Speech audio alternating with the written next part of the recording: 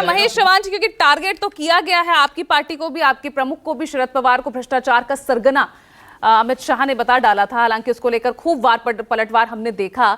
तो वही pitch set हो रही है ना, मुद्दे यही रहने वाले हैं। संविधान के खिलाफ जो आपका नैरेटिव रहा, संविधान को बदल देगी भी अगर बीजेपी अगर आती है सत्ता में, तो महाराष्ट्र के लिए भी यही मुद्दे अगर आप देख रहे हैं कि भ्रष्टाचार की बात होगी, आरक्षण की बात होगी।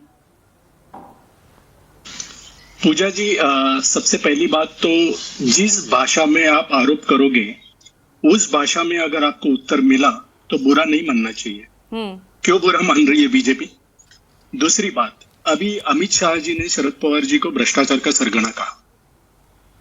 भ्रष्टाचार के आरोप जिन पर थे वो 9 लोग मंत्री अभी जिनको बीजेपी ने बनाया महाराष्ट्र में, वो सभी भ्रष्टाचारी लोग बीजेपी के आरोप के तहत, वो सभी भ्रष्टाचारी लोग आज बीजेपी की सरकार में मंत्री हैं। तो अभी उनका सरगना कौन है? आदरणीय नरेंद्र मोदी जी है। तो अमित शाह भ्रष्टाचार के सरगना मोदी जी के बजाय शरद पवार जी को क्यों कह रहे हैं, मुझे समझ में नहीं आ रहा है। उन्होंने इसका जवाब देना चाहिए। और तीसरी बात, ये हिंदू मुस्लिम क्यों किया जा रहा है? लोकसभा चुनाव में जैसे कि भाजपा का आरोप है कि मुस्लिम समाज ने ज्यादातर वोट इंडिया आघाड़ी को दिए, इंडिया गठबंधन को दिए, तो मैं ये आपको ये बताना चाहता हूं कि जितने मुस्लिम लोगों ने वोट्स इंडिया आघाड़ी को दिए उससे कई ज्यादा हिंदुओं ने इंडिया आघाड़ी को वोट दिए। और एट द सेम टाइम जितने मुस्लिम लोगों ने मत इंडिया आघाड़ी को दिए उससे कहीं ज्यादा हिंदुओं ने बीजेपी को मत नहीं दिए। तो आप इसकी तरफ कैसे देखेंगे? तो देखिए, चुनाव जब आते हैं तभी जो असली मुद्दे हैं उनको बाजू में रखकर ये जाति धर्म के आधार पर अगर देश में विभाजन की बात करती है तो गलत है। भाजपा ने ये शुरुआत की तो उनको ये भुगतना पड़ेगा। आज भी जैसे कि आपने कहा, देश में मुद्दे यही है जो हम लोग ने लोकसभा चुनाव में लेकर चुनाव के सामने गए थे।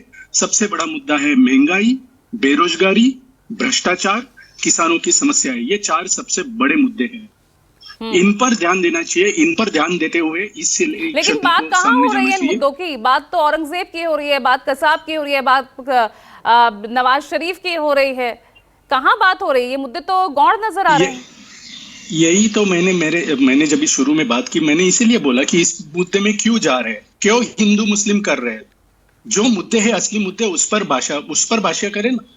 तो आप भी तो उन्हीं की भाषा में जवाब दे रहे हैं। नहीं, देखिए, आरोप होते हैं तो उनको जवाब तो देना होगा। हाँ। एक साइडेड अगर हम चुप बैठ गए, ये आरोप करते रहेंगे तो जनता के मन में वही रहेगा।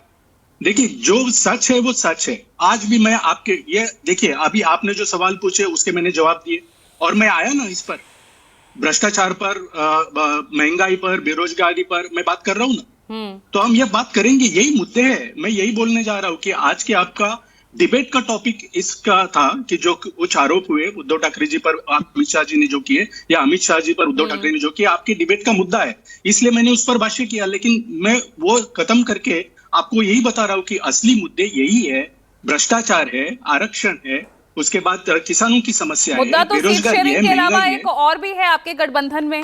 अब मुख्यमंत्री कौन होगा, क्योंकि यहाँ तो समय समय पर पोस्टर्स भी लग जाते हैं, कभी एनसीपी की तरफ से, कभी उद्धव गुट की तरफ से, कभी बयान आ जाता है नेताओं का, कभी कांग्रेस की तरफ से पोस्टर सामने आ जाते हैं। तो एक लड़ाई, क्या कौन मुख्यमंत्री का चेहरा होगा, ये भी अंदर खाने चल रहा है क्या? बिल्कुल नहीं, ये लड़ाई बिल्कुल नहीं है। हम लोग का गठबंधन बहुत मजबूत है और इसमें चर्चा होगी। मैं बहुत बार कह रहा हूँ, आज भी कहता हूँ कि हमारी जो गठबंधन है इंडिया आघाड़ी, वो लोकतंत्र को मानने वाली है। लोकतंत्र में संवाद होता है, हर एक को अपना जो मत है वो प्रदर्शन करना उनका अधिकार है। अगर कांग्रेस के या एनसीपी के या शिवसेना के कार्यकर्ताओं को या उनके नेताओं को लगता होगा कि उनका मुख्यमंत्री बनना चाहिए, उनकी इच्छा है, बिल्कुल सही है, उसमें गलत क्या है? ठीक है।